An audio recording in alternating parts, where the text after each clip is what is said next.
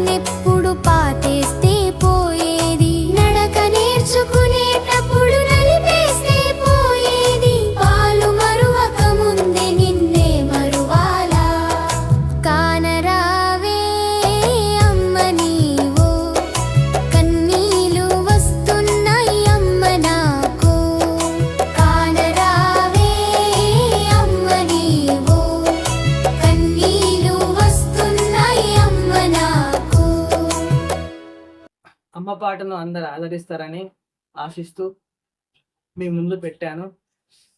Subscribe చేసి మాకు మరింత సపోర్ట్గా చూస్తారని ఆశిస్తున్నాను. థ్యాంక్ యూ అండి.